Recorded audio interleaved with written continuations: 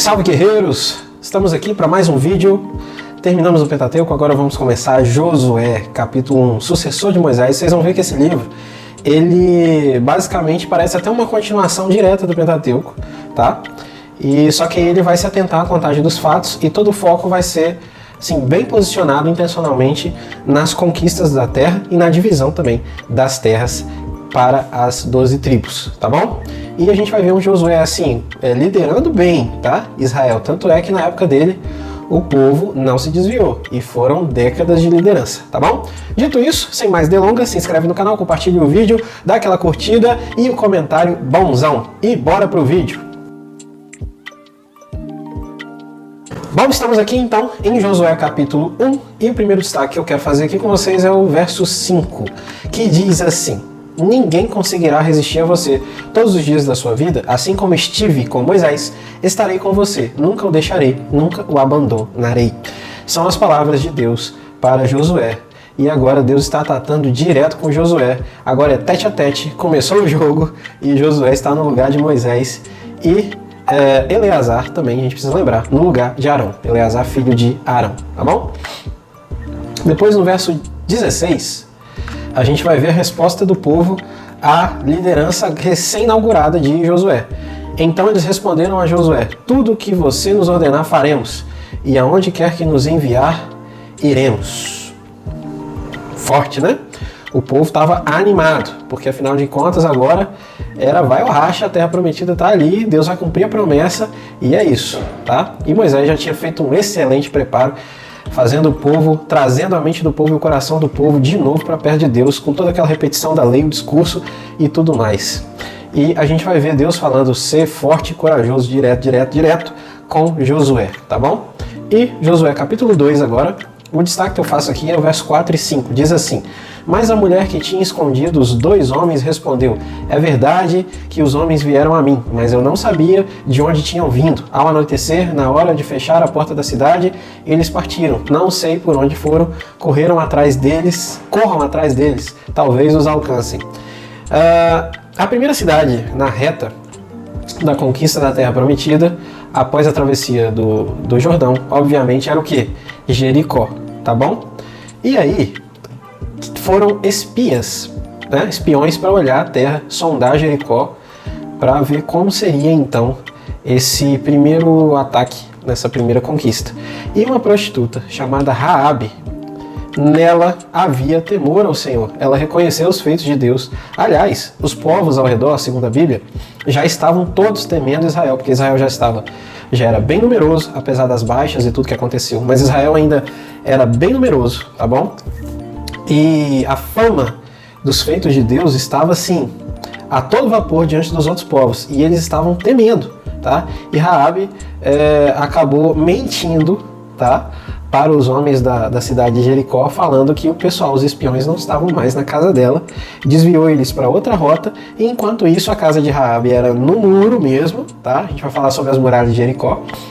E enquanto eles foram numa direção que não tinha nada a ver com nada, por causa da mentira de Raabe, os espiões puderam então fugir da cidade em segurança e juraram, né, proteger Raabe e preservar a vida dela assim que Jericó fosse invadido. E Raabe passou a integrar também a nação de Israel como uma cidadã, tá bom? Do povo. Ok, já dei até spoiler, né? Então, o que a gente leu aqui é Raabe mentindo pro pessoal da cidade para salvar a pele dos espiões de Israel, tá bom? Verso 11.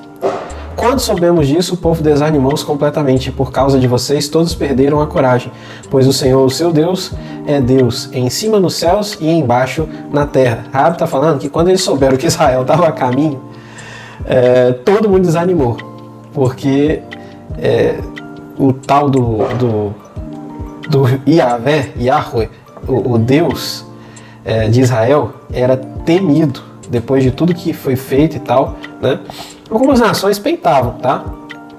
Mas outras já tinham entendido o negócio. E mais do que ninguém, Raabe entendeu. E ela disse aqui nesse texto a razão pela qual ela estava fazendo o que estava fazendo para salvar sua própria pele, porque ela sabia que Deus ia levar o povo e ia tomar a cidade dela, porque a terra foi prometida por Deus a Israel. Então ela já sabia que Jericó nem era mais de Jericó, tá?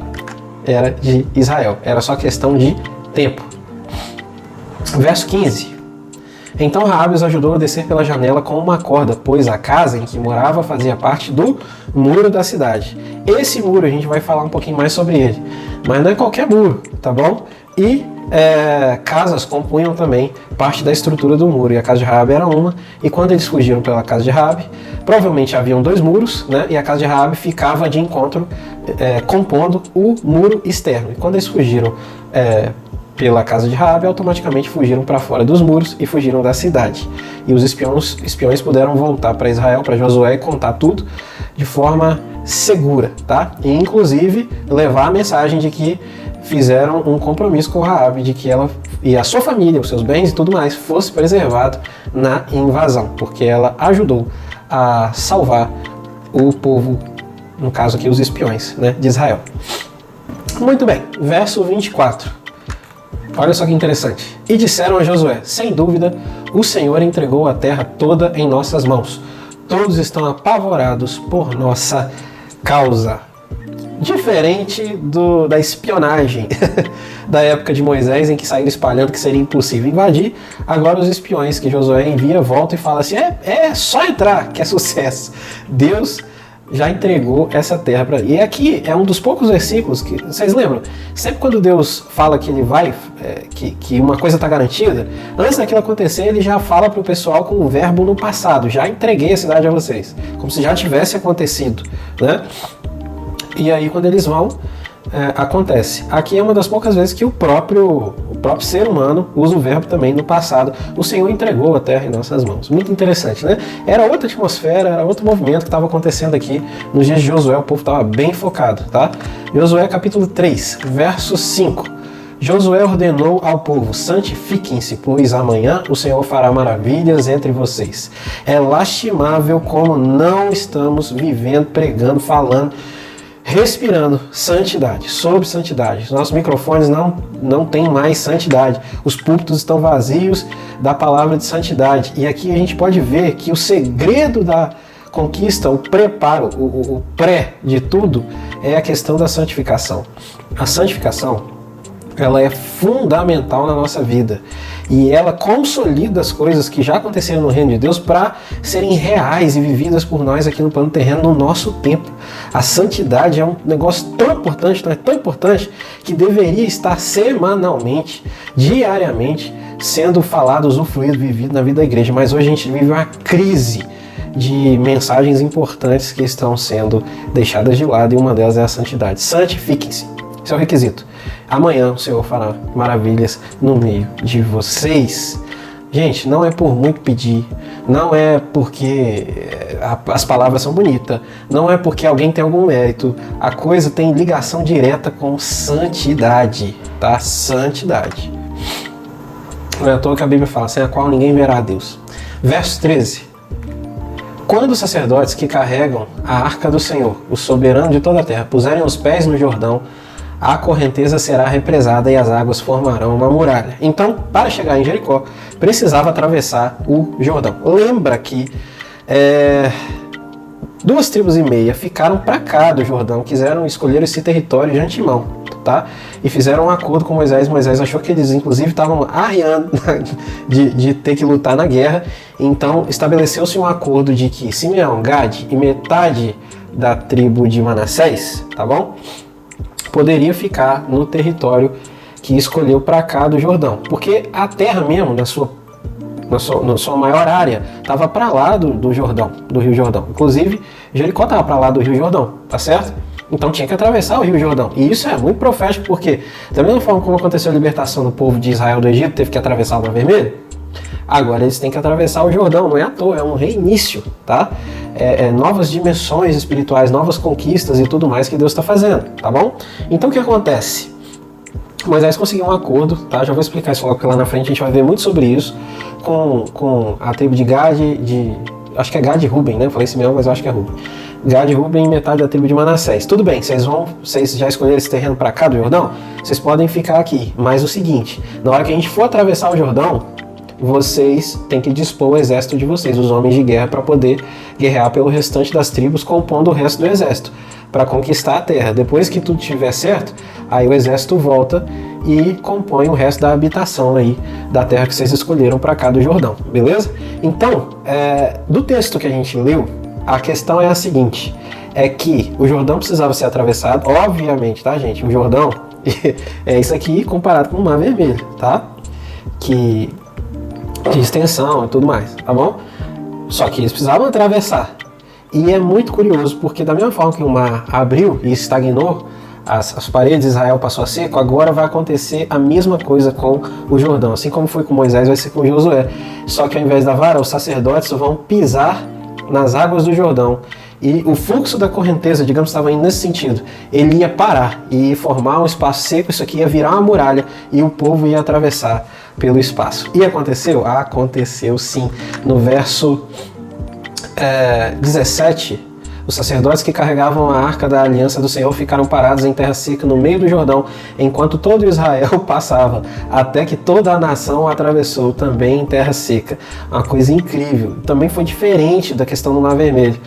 Os sacerdotes pisaram no Jordão, aí o rio fez a muralha, abriu um espaço de terra seca e o povo atravessou. E os sacerdotes ficaram com a arca no meio do rio, enquanto o povo ia atravessando e estava a muralha de água, tá, parada. E o povo todo atravessou. E a Bíblia vai dizer que depois que os sacerdotes atravessaram com a água, assim que eles colocaram o pé para fora da margem em terra seca do outro lago, as águas fecharam, instantaneamente, tá bom? E então aconteceu, mais uma vez o povo pôde ver um evento assim, eu imagino, a geração que não viu o mar abrir, agora estava vendo uma coisa assim, da mesma maneira, e pôde acreditar que aquilo que eles ouviam dos pais realmente aconteceu, né? Então Josué capítulo 4 agora, verso 7. Respondam que as águas do Jordão foram interrompidas diante da arca da aliança do Senhor. Quando a arca atravessou o Jordão, as águas foram interrompidas. Essas pedras serão um memorial perpétuo para o povo de Israel. Então depois da travessia, pegaram 12 pedras, colocaram lá do outro lado para servir de símbolo. Isso ficou lá muito tempo ali, aquelas pedras, para servirem de símbolo. Toda vez que o israelita passasse por ali, ele ia olhar para aquele negócio e, através de olhar para aquilo, ele ia lembrar de que Deus tinha feito. Isso aí são os memoriais, tá? Apontam para Deus. Beleza, verso 10. Os sacerdotes que carregavam a arca permaneceram de pé no meio do Jordão, até que o povo fez tudo o que o Senhor ordenara a Josué por meio de Moisés. E o povo atravessou apressadamente, ok? Bom, quando todos tinham acabado de atravessar, a arca do Senhor e os sacerdotes passaram para o outro lado, diante do povo. Esse foi o 10 e o 11. Então, só para aquilo que eu falei, que eu expliquei como foi, os sacerdotes ficaram parados no meio do rio, um rio aberto, com a muralha de água, e o pessoal ia passando, tá? Muito interessante. No verso 12, os homens da tribo de Ruben, Ruben mesmo, de Gade e da metade da tribo de Manassés, atravessaram preparados para lutar à frente dos israelitas, como Moisés os tinha orientado. Aquele acordo que eu já expliquei, tá bom? Apesar deles terem ficado com a porção de terra para cá do Jordão, ainda assim eles tinham que dispor dos homens de guerra para ajudar o resto de Israel quando atravessasse para lá do Jordão. Depois que tudo passasse a terra e experimentasse a paz, então os exércitos de metade de Manassés, da tribo de Gade e de Ruben poderiam voltar para sua terra que ficava para cá do Jordão, beleza? Ok, verso 14. Naquele dia o Senhor exaltou Josué à vista de todo Israel, e eles o respeitaram enquanto viveu, como tinha respeitado Moisés. Então aqui foi o próprio Deus mostrando para o povo que existia autoridade inquestionável sobre Josué, e ponto final. E o povo entendeu muito bem o recado, aquela geração nova entendeu muito bem o recado e seguiu firme, tá bom? Porque sabia que Deus estava no negócio, tá? Verso 18. E aí vem um detalhe. Quando os sacerdotes que carregavam a arca da aliança do Senhor saíram do Jordão, mal tinham posto os pés em terra seca, as águas do Jordão voltaram ao seu lugar e cobriram como antes as suas margens. A Bíblia está detalhando essa questão do milagre da abertura do Jordão para dizer que de fato foi um milagre, porque assim que eles colocavam, como eu disse, os pés na margem para fora das águas, imediatamente fechou. Provando que não era um evento natural, uma coisa de baixa, de temporada de seca, de alguma coisa nesse sentido que a ciência poderia facilmente explicar. Não. Estamos vendo, no caso lendo aqui, a história de fato de um milagre, tá bom? Ok, Josué 5, olha que interessante, verso 1. Todos os reis amorreus que habitavam a oeste do Jordão e todos os reis cananeus que viviam ao longo do litoral souberam como o Senhor tinha secado o Jordão diante dos israelitas até que tivéssemos atravessado. Por isso, desanimaram-se e perderam a coragem de enfrentar os israelitas. A coisa estreitou, tá? Israel estava chegando, como a gente diz por aqui, tá bom? Só que isso tem uma questão. Esse desânimo, esse medo, esse negócio de já saber que está derrotado, isso vai gerar estratégias que, infelizmente, em muitas delas, Israel vai cair, que são as famosas concessões e acordos, tá? Então, se preparem. Infelizmente, Israel vai falhar nisso e isso vai custar caro e custa até hoje, tá bom? Verso 5. Todos os que saíram haviam sido circuncidados, mas todos os que nasceram no deserto, no caminho, depois da saída do Egito, não passaram pela circuncisão. Destaquei isso aqui porque isso é muito estranho, é muito curioso. Moisés, sabendo da lei, não ter feito isso no deserto. E destaquei também para vocês verem que Moisés tinha suas falhas, sim. Tá? Uma coisa óbvia que era para essa geração ter sido circuncidada, mas não foi a geração que nasceu no deserto, tá? Bom, enfim, né? Não foi, mas agora seria.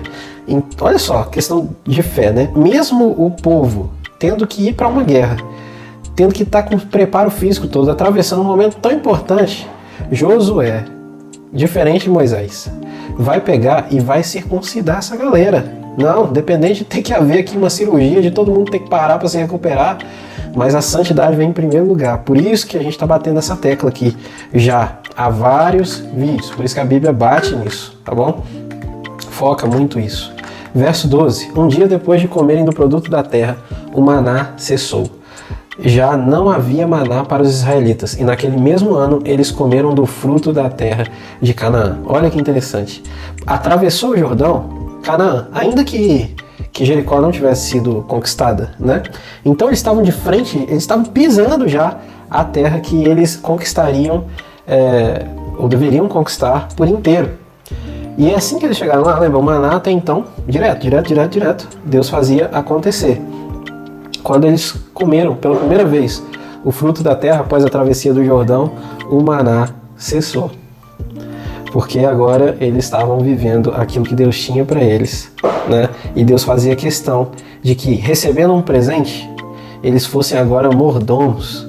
Então, todo o sustento e tudo mais, tudo deveria ser zelado, essa terra deveria ser muito bem cuidada e tudo mais. Então agora o maná cessa após eles, enfim, comerem do fruto da terra, tá bom? Estando com o pé já no território prometido.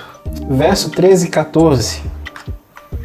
Estando Josué já perto de Jericó, olhou para cima e viu um homem de pé, empunhando uma espada. Ixi, ó, você já entendeu, né?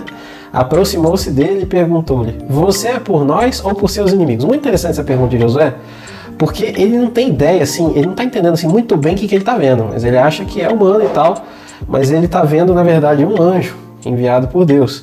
E ele pergunta: você é por nós ou por nossos inimigos? E eu, quando li isso a primeira vez, eu fiquei logo pensando: esse cara vai responder, eu sou por vocês, porque afinal de contas sou enviado por Deus, né? Sou enviado de Deus, e vocês são povo de Deus, então sou por vocês. Só que o anjo responde assim: nem uma coisa nem outra. Sabe por quê? Porque o anjo não está a serviço do povo, ele está a serviço de Deus. Se fosse necessário Deus exercer uma correção e isso resultaria numa ação contra o povo, então ele não poderia responder que ele estaria a favor do povo, teria que responder contra, porque afinal de contas seria o plano de Deus.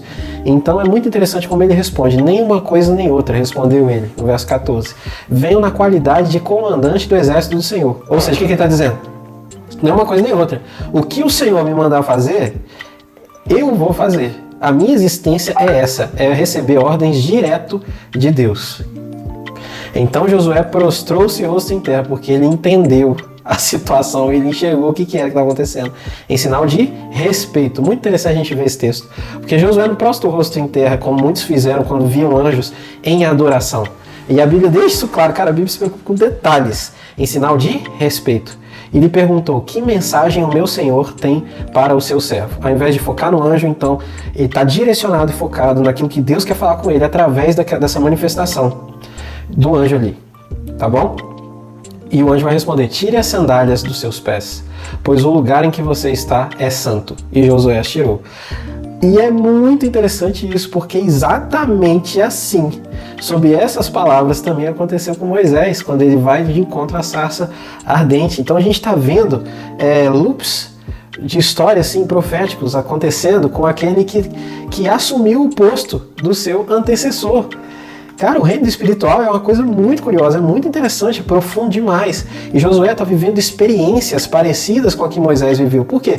Porque as experiências vão lapidar e preparar para o trabalho, para a missão a ser feita. Por isso, Deus faz questão de passar as pessoas por escolas bem parecidas, entendeu? A fim de que elas sejam de fato capacitadas igualmente. E é o que a gente está vendo aqui com Josué. Então, Josué capítulo 6, verso 1. Jericó estava completamente fechada por causa dos israelitas. Ninguém saía nem entrava. Então a primeira coisa que aconteceu, que não é contada na estratégia aqui, e a gente não percebe muito, é o seguinte: Israel cercou Jericó. E o povo de Jericó está vendo isso. Então assim, a primeira estratégia foi que aquele povo ficou extremamente apavorado. Não tinha como ninguém entrar e ninguém mais saía. Cara, é como saber o seu fim e ter que assisti-lo lentamente. É um terror. Foi um terror para aquele povo de Jericó, né?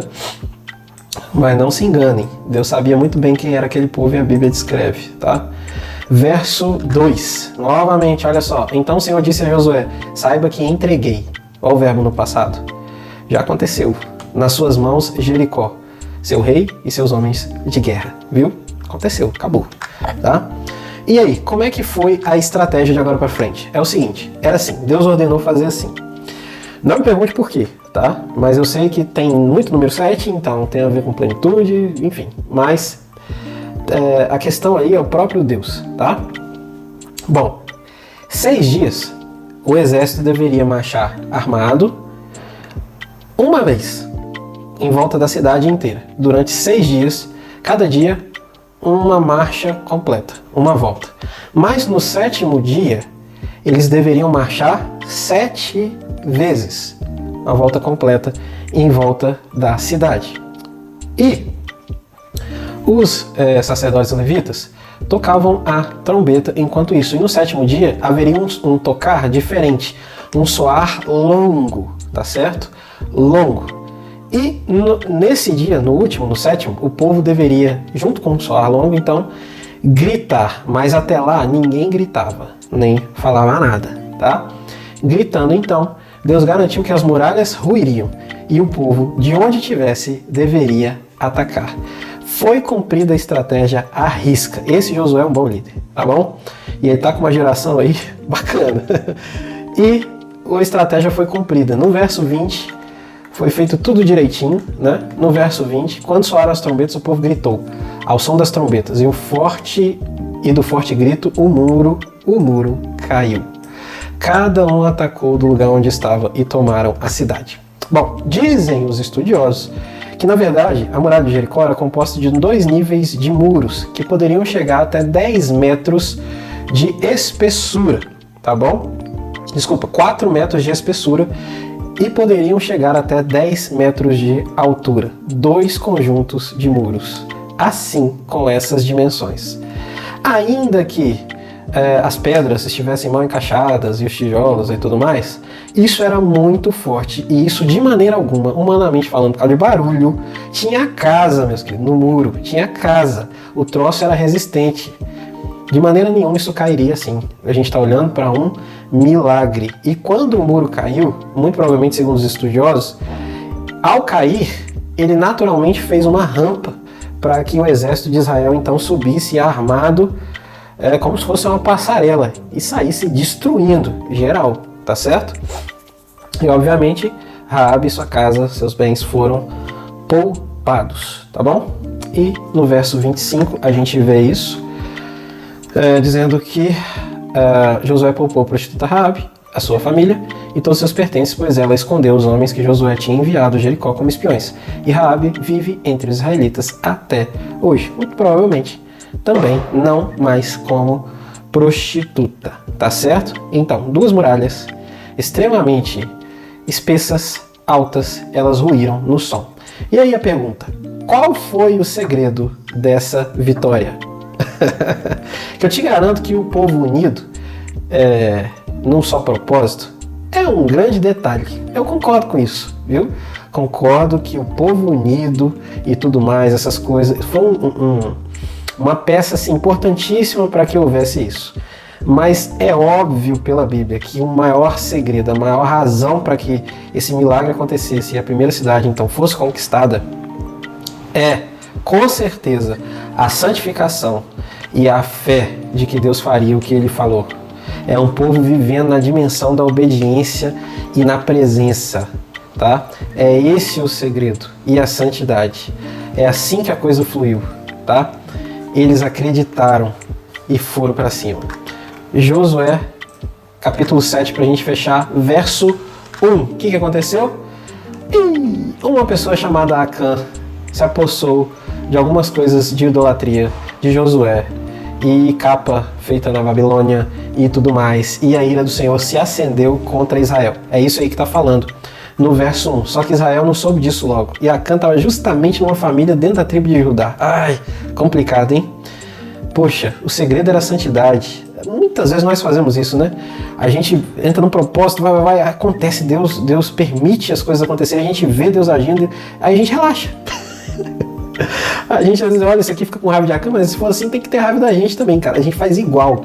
Parece que a gente conquistou, aí relaxa o negócio. Não pode ser assim, cara. É nessa hora que a gente cai, que a gente se contamina. Foi o que aconteceu. E isso prejudicou demais Israel. Sabe por quê? Porque Israel não estava sabendo. Acã estava com esse troço oculto lá. Só Deus sabia.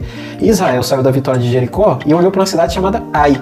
E aí falou assim, lá é muito inferior a isso aqui. Pode mandar só 3, 5 mil homens, vamos atacar e a gente vai vencer. E Israel foi vergonhosamente derrotado. E Josué foi direto para Deus para poder questionar a razão. E ele foi menino nessa, tá? Tanto é que no verso 10, olha aí, o Senhor disse a Josué, levante-se, porque você está aí prostrado. Josué precisava crescer um pouquinho, né? E logo Deus fala no verso 11, Israel pecou. A razão é o seguinte, tem pecado em Israel, tá? Não é porque eu quis que vocês perdessem nem nada disso. E você já deveria ter desconfiado disso. Imagina Deus falando com Josué isso daí. Tem pecado. E era sobre Acã. Então no verso 19, Acã, no capítulo 7, né, no verso 19, Acã vai contar o que ele fez. Pois é. E aí o que acontece? Ele paga. Ele paga não, né? Sofre as consequências pelo que ele fez. E aí depois, quando Israel vai atacar outra vez, Israel assiste Deus lutando, tá? E a gente começa a ver, quando o povo de novo está em santidade, né? Assim que o problema da questão de Acã foi resolvido, a gente começa a ver as expressões e Deus lutava por Israel, aparecendo direto. Muito lindo, tá bom? Bom, esse foi o capítulo 7, esse foi o final também do nosso vídeo de hoje, tá? Muito obrigado por estarem comigo até aqui e vamos que vamos, porque ainda tem muita coisa boa e essa é a palavra de Deus eternamente falando conosco. Um forte abraço, fiquem com Deus, até a próxima, valeu!